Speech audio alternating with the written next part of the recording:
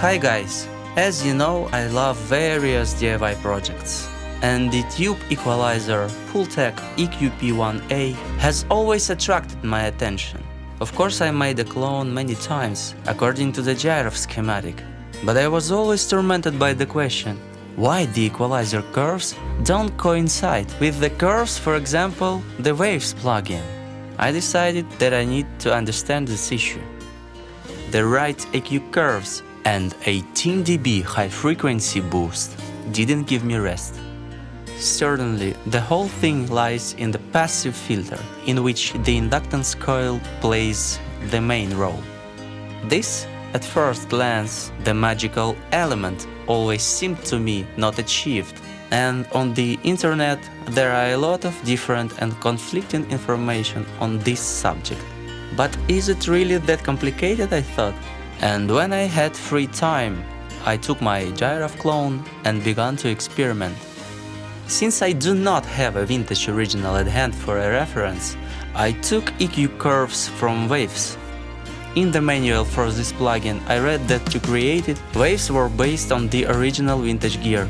So I discarded doubts and stopped on these curves as a starting point.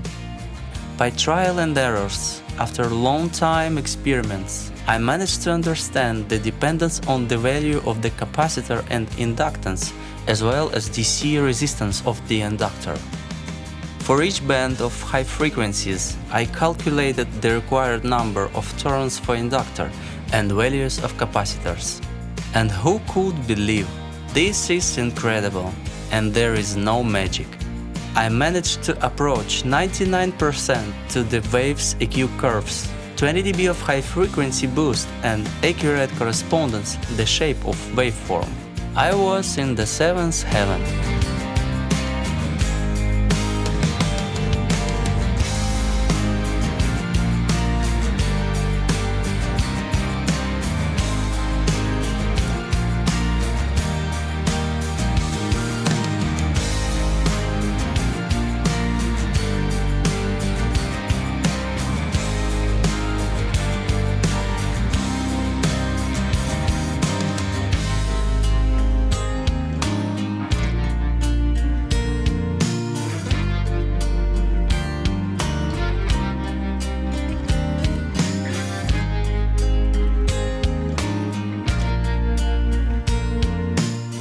When the most difficult part of the filter was done, I started the low and high cut frequency section.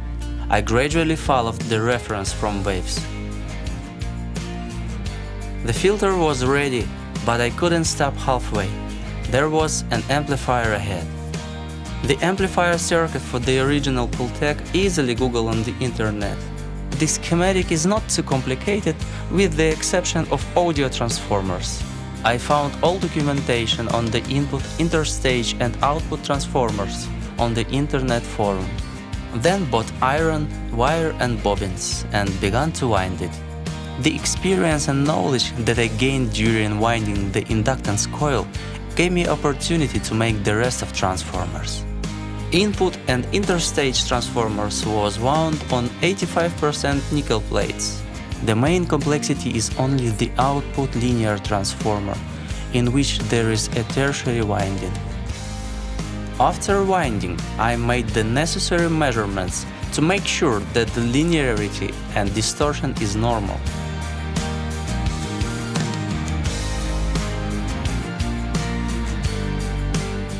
The result was amazing.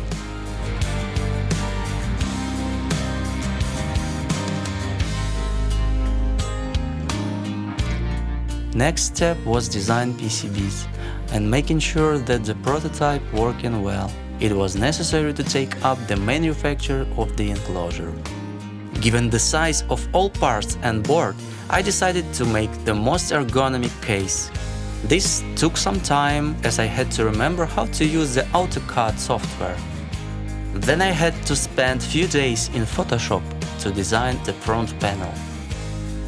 In my opinion, when cloning any equipment, the external design is as important as electrical circuit.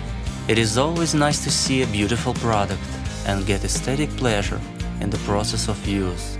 Therefore, I carefully recreated the font and detailed location of knobs. Everything should have been like the original, without any changes or additions. Pultec style knobs as well as the screws with the straight slots. Each trifle should be taken into account. I found the factory where the aluminum parts for enclosure were cut for me and bent in accordance with the drawings. The front panel was powder coated. It was difficult to choose desired color, but still it turned out close enough in my opinion. The last important step is silk screen. I haven't yet been faced with such work, but I wanted to experience myself in this matter. After several unsuccessful attempts, the inscription were in place. Backplate is very modest, but more than enough. My dream has come true, and now I have the same welcome analog equalizer Pultec.